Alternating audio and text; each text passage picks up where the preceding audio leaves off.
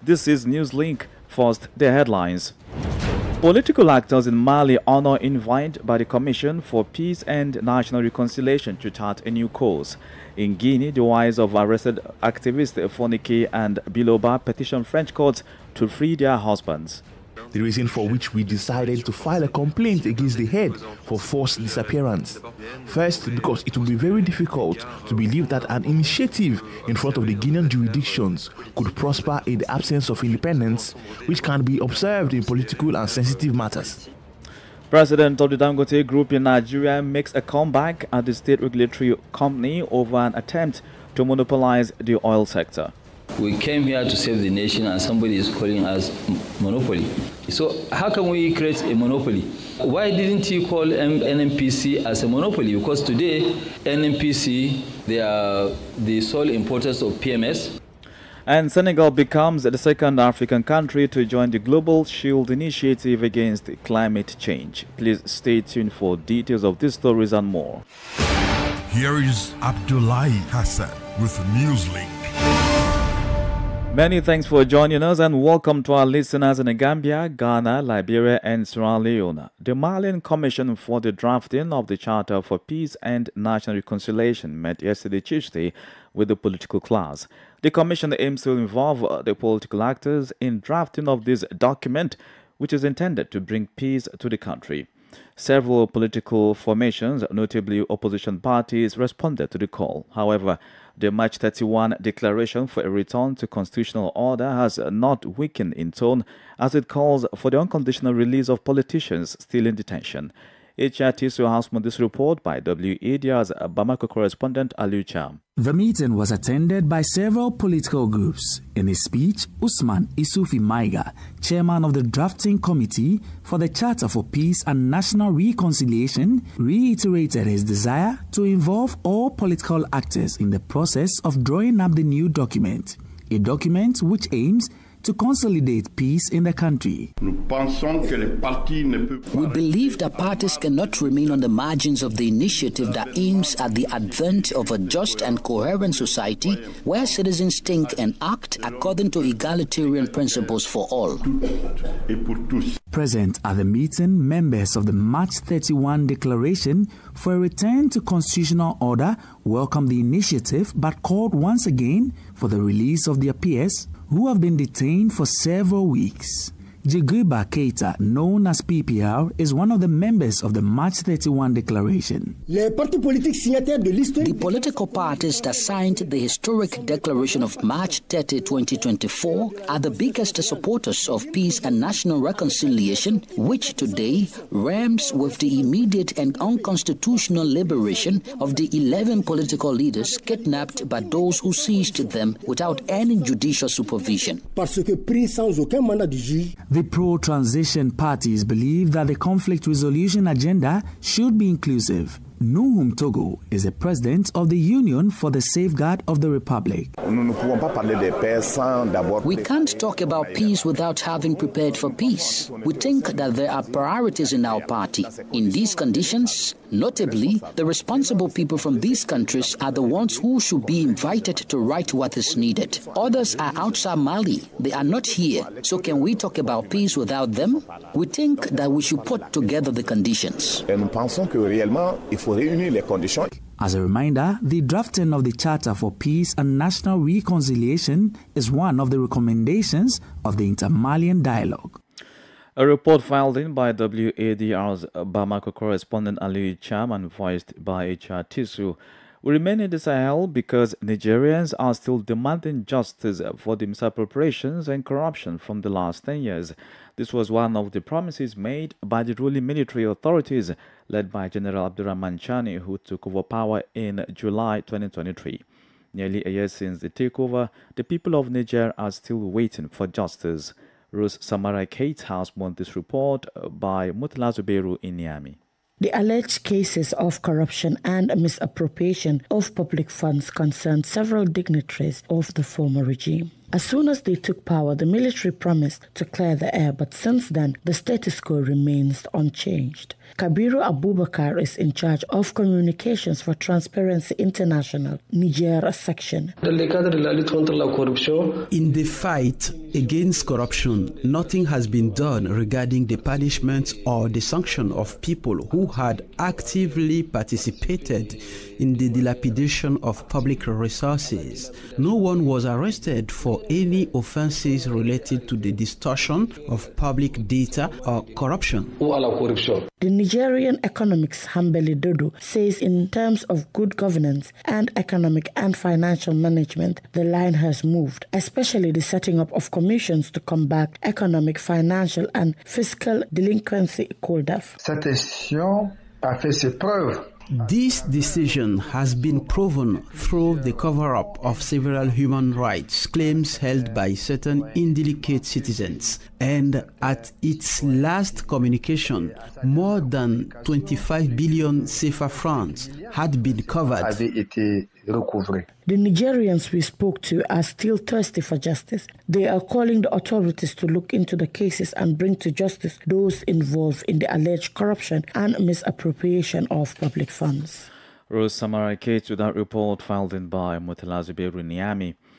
More on rights issues, a complaint for enforced disappearance and kidnapping was lodged yesterday in France by the wives of FNDC leaders arrested on July 9 in Conakry, the Guinean capital. The complaint targets the president of the transition, General Mamadou Doumbouya, the Minister of Defense, and the High Commander of the National Gendarmerie. Lawyers for the Guinean activists claim to have evidence that Fonike Mengi and Biloba were abducted and are being held by elements of the Special Forces Unit, the elite army unit headed by the junta leader before the coup of September 5, 2021. Francis Boniface tells us more. Almost 2 weeks after the arrest of Umasila, also known as Fonike Menge, and Mamadou Biloba, their wives have decided to take their case to the French courts. In a joint press release published yesterday, Tuesday, by Bourdon and Associates law firm, Vincent Brangat, the activist lawyer, claims to have sufficient evidence to bring the president of Guinea's transitional government before the French courts.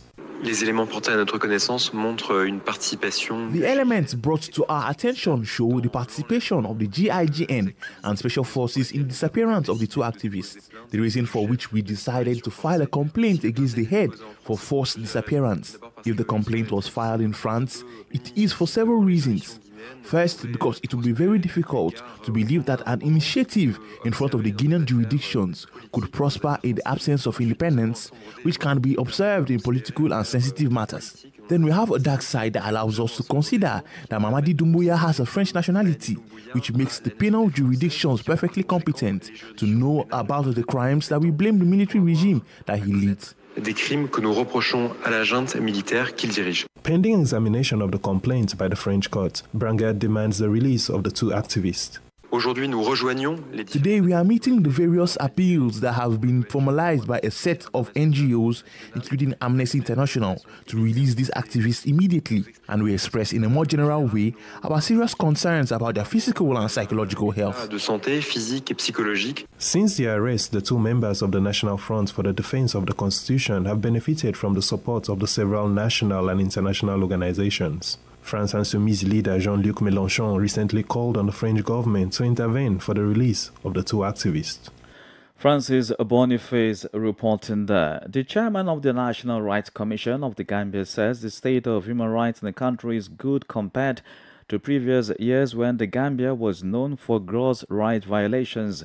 Emmanuel Juve nonetheless called for improvements in other rights-related issues like drug abuse and hate speech. The renowned international human rights lawyer also welcomes the National Assembly's decision to reject the private member bill which seeks to repeal the law criminalizing female genital mutilation (FGM). Juve made these remarks after a closed-door meeting with President Adama Barrow on Tuesday on the state of human rights in the country. The state of human rights in the country, it's good, but as I always say, human rights is work in progress. There is much that can be improved. As you know, in the area of civil and political rights, we have gained a lot of strides. For example, today, the Gambia was known as a country where you had extrajudicial killings, enforced disappearance, torture was rampant. these things don't happen again in the country, and we say kudos to this government. But having said that, there's a lot of areas that we can improve on in the area of economic, social, and cultural rights, the rights to a clean environment, and there's also other emerging issues that the government should look into. For example, we talked about the rise in the use of drugs, especially among the youthful population, which has an impact in our society. But also the rise in also hate speech. If you scan the social media, you can see the divisive nature of statements that are made, be it using ethnic bigotry, religious bigotry, and of course, we are also concerned about issues relating to sexual and gender-based violence. Emmanuel Diouf is a chairman of the National Rights Commission of the Gambia. More stories coming up on West Africa Democracy Radio. Newslink continues. Remember, we're live on Facebook at WADR English Service and on YouTube at WADR. Let's take you to Nigeria, where a Chibok schoolgirl, Ihi Abdul, who was abducted by Boko Haram terrorists in the northeastern state of Borno, has been rescued, along with her 2 children. 330 other women and minors were rescued also. They were freed during military operations in the Sambisa forest and handed over to the Borno state government. From Abuja, Usman Umar tells us more. Ihi Abdul, who is 3 months pregnant, was identified as number 67 on the list of 276 schoolgirls abducted in Chibok Secondary School in Borno State, Nigeria in April 2014.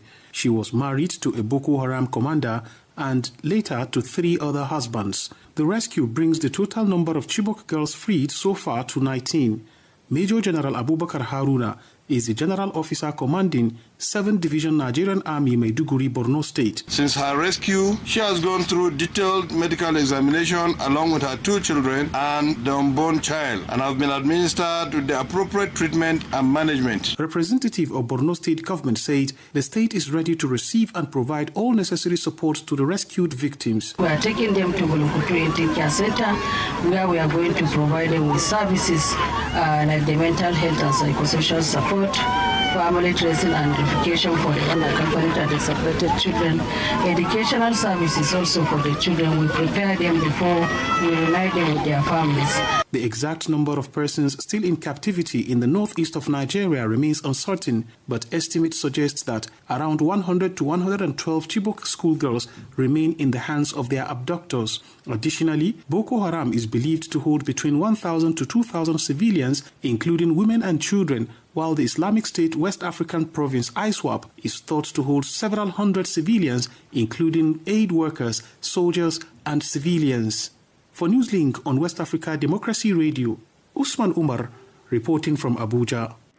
We remain in Nigeria because of claims by the Dangote Group that its refinery in Lagos State is being denied access to products from within the country. Aliko Dangote, president of the Dangote Group, had days ago stated that forces in the Nigerian oil sector are frustrating his plans to fully operationalize the refinery, which currently poses as a national asset. Nigeria, struggling with many issues including the high cost of energy, is divided over this subject. At the press conference on Tuesday, Dangote, owner of Africa's largest privately owned refinery facility, addressed 2 widely circulated perspectives on why he has been denied full entry access into the oil and gas industry. Imo Edet provides more details. Since Aliko Dangote, the president of the Dangote Group, disclosed his frustration around operationalizing his refinery, which has a production capacity of 650,000 barrels of production per day, debates have spurred in the public space as well as on mainstream and online media about the possible reasons. Dangote's comment came shortly after head of the Nigerian Midstream and Downstream Petroleum Regulatory Authority, Farouk Ahmed, alleged that the Dangote refinery requested that the issuance of oil import licenses to suppliers be discontinued. The argument rests on key areas such as ownership or state control and Dangote's perceived intent to monopolize the sector.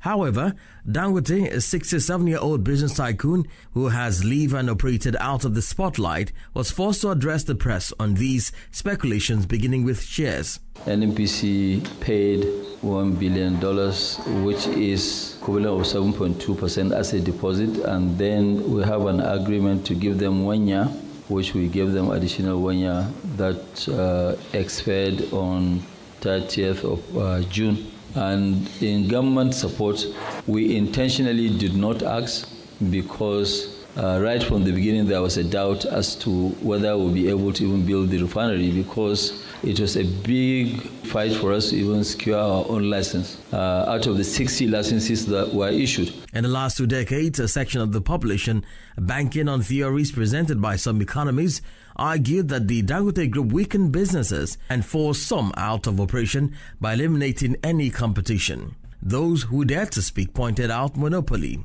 Here is Aliko Dangote. We came here to save the nation and somebody is calling us monopoly. A regulator is given an excuse to continue to issue license for bad products just because he said that no, they don't want to create a monopoly. So how can we create a monopoly? Why didn't he call NNPC as a monopoly? Because today, NNPC, they are the sole importers of PMS. Nigeria, one of Africa's leading economies despite being a member of OPEC and one of the biggest oil producers in the world, relies on fuel import to cater to its energy needs, as all 4 state-owned refineries are obsolete and out of service.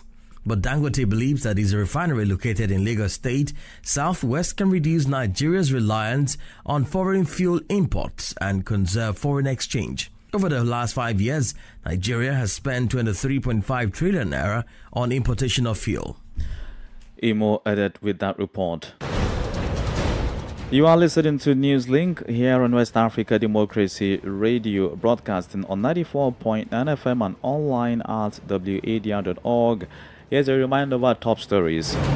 Political actors in Mali honor invite by the Commission for Peace and National Reconciliation to chart a new course.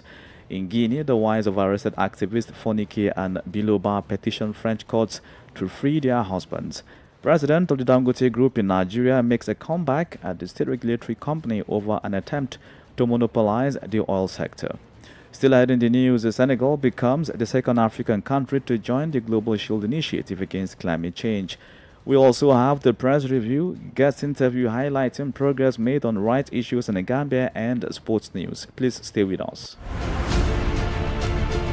Fresh and breaking news all the time. Hear it first as the news breaks, only on West Africa Democracy Radio. Newslink continues. Many thanks for staying with us. An 18-count resolution was signed at the end of the Mano River Union Conference of the Ministers of Foreign Affairs, Defense and Finance held in Monrovia. Delegates from Liberia, Cote d'Ivoire, Guinea and Sierra Leone converged for 2 days to address critical issues such as the implementation of the ECOWAS framework on the free movement of goods to facilitate trade between the MRU member states. Discussions also highlighted the use of the ECOWAS biometric identification card as a legal travel document within the region, among others. From Monrovia, Daliton Popper reports. The sounding of the 18-count resolution marks a critical moment in the revitalization effort of the Mana River Union. Angie Konamunu, the MRU Deputy Secretary General for Peace and Security, Good Governance and Social Affairs, presented a resolution emphasizing the need for support by member states to ensure accessibility and effectiveness of the resolution. The MRU Secretariat should be strengthened and make it viable and visible, with the possibility of increasing member states' contributions to the Secretariat.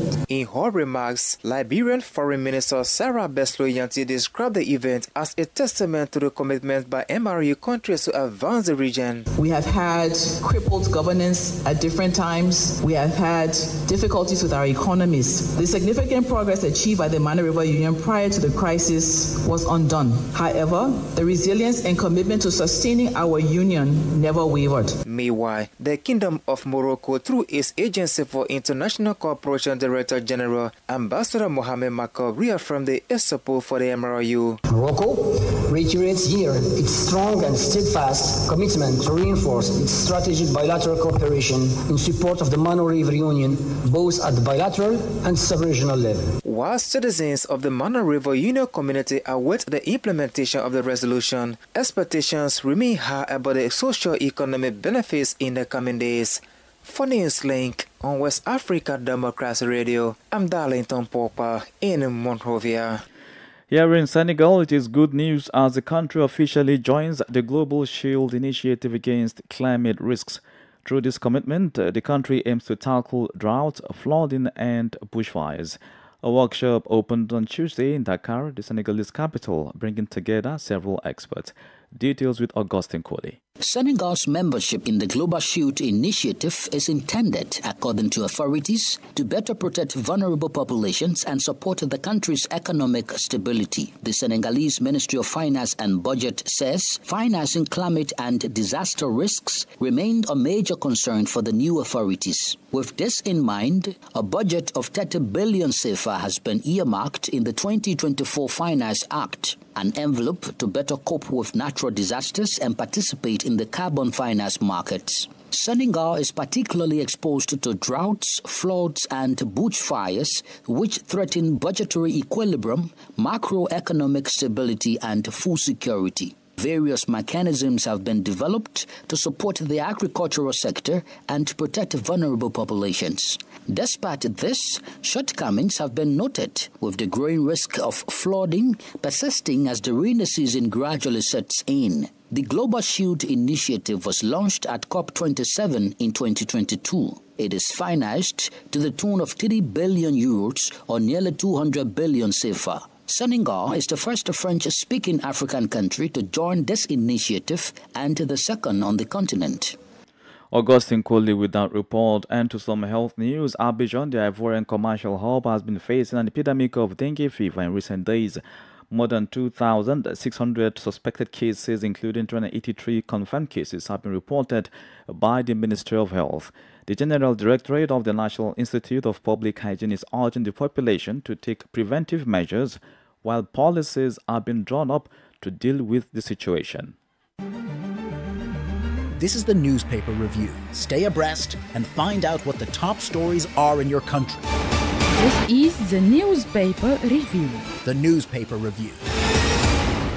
For today's press review, WADR's Sankule Janko Banjul is standing by with major headlines from the national dailies. Hello there and welcome to this edition of the Newspaper Review coming to you from Banjul, the Gambia. Let's begin today's newspaper review with the Fourier newspaper. And the lead story on the Fourier newspaper reads, National Assembly approves appointment of commissioners of ATI, that is Access to Information Law. That's the lead story on the Fourier newspaper. This one reads, cost of living pushes at least 141 million into poverty. Survivors, activists react to rejection of bill seeking to decriminalize FGMC. Nigeria bolsters Gambia's engineering and legal sectors with expert volunteers. Now let's move on to the Point newspaper for today, and the lead story on the Point newspaper reads, Tangara, Elon Musk hold talks on advancing Gambian economy, with the photo of Mamadou Tangara, the Minister of Foreign Affairs and Gambians abroad, and of course, together with social media mogul Elon Musk.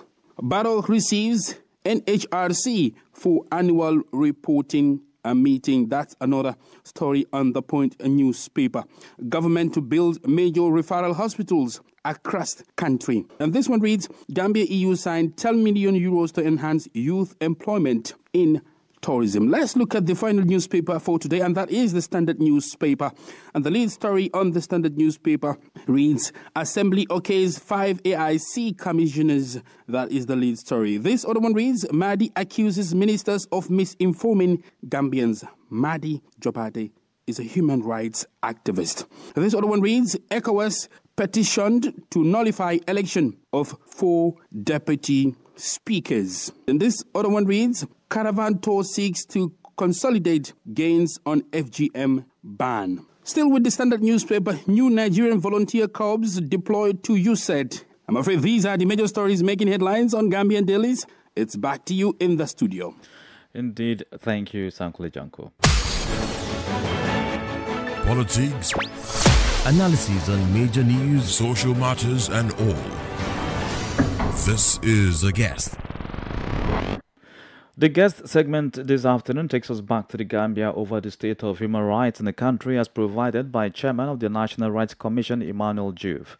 while Diouf remarked about the progress compared to the Gambia's dark period characterized by extrajudicial killings, forced disappearances, arbitrary arrest and torture, among others, he insists there is more to be done. The renowned international human rights particularly hailed the National Assembly's decision to reject the bill which sought to repeal the law criminalizing female genital mutilation (FGM) in the Gambia. He described it as a win for the country in terms of human rights protection. We are very happy, however, that the ban relating to female genital mutilation stays. Its FGM is still criminalized, and we thank really the government and all the National Assembly members who voted to make sure that the act criminalizing FGM was not repealed. This is a great plus to this country. We have made so much strides in the area of human rights in this country. Our TJ process is moving on. The Gambia is known for fighting the rights of the Rohingyas. We make very strong statements and solidarity with the people of Palestine. And it's therefore important that inwardly as well, as a nation, that we also look into our own human rights issue. The National Human Rights Commission just scored 5 years. And as you know, we have been able to do a lot of work in promoting and protecting human rights. And this is also what gained us an A status in the world. Well, the president was very positive. He was happy that we came. The discussions were very, very, very frank. He raised some concerns. And one thing he said is that we should know that whenever human rights is concerned, he has the political will and he will support. He wants us to know that this government will support the National Human Rights Institution, because if we shine, this country shine. We are all in it together. And that was a very powerful statement that came out from His Excellency. And we are very happy. This is the takeaway, knowing that we have a government that is in full support of the mandate and the work of the National Human Rights Commission of the Gambia. We may not all agree all the time, but it is our job as an advisory institution and as an oversight institution to be reminding the government of its obligation to respect, protect, and fulfill the fundamental rights of everybody within the jurisdiction of the Gambia. That was Emmanuel Diouf, chairman of the National Rights Commission of the Gambia. In the world of sport, the registration window for the CAF African Schools Football Championship 2024-2025 season will close next week on July 31. The CAF African Schools Football Championship is Africa's largest youth football competition. As in previous editions, the African Schools Football Championship will be conducted in 3 phases, namely the national phase to be hosted by member associations, zonal phase to be hosted by CAF's zonal union, as well as the continental phase that is hosted by CAF in partnership with the selected zonal union and member associations.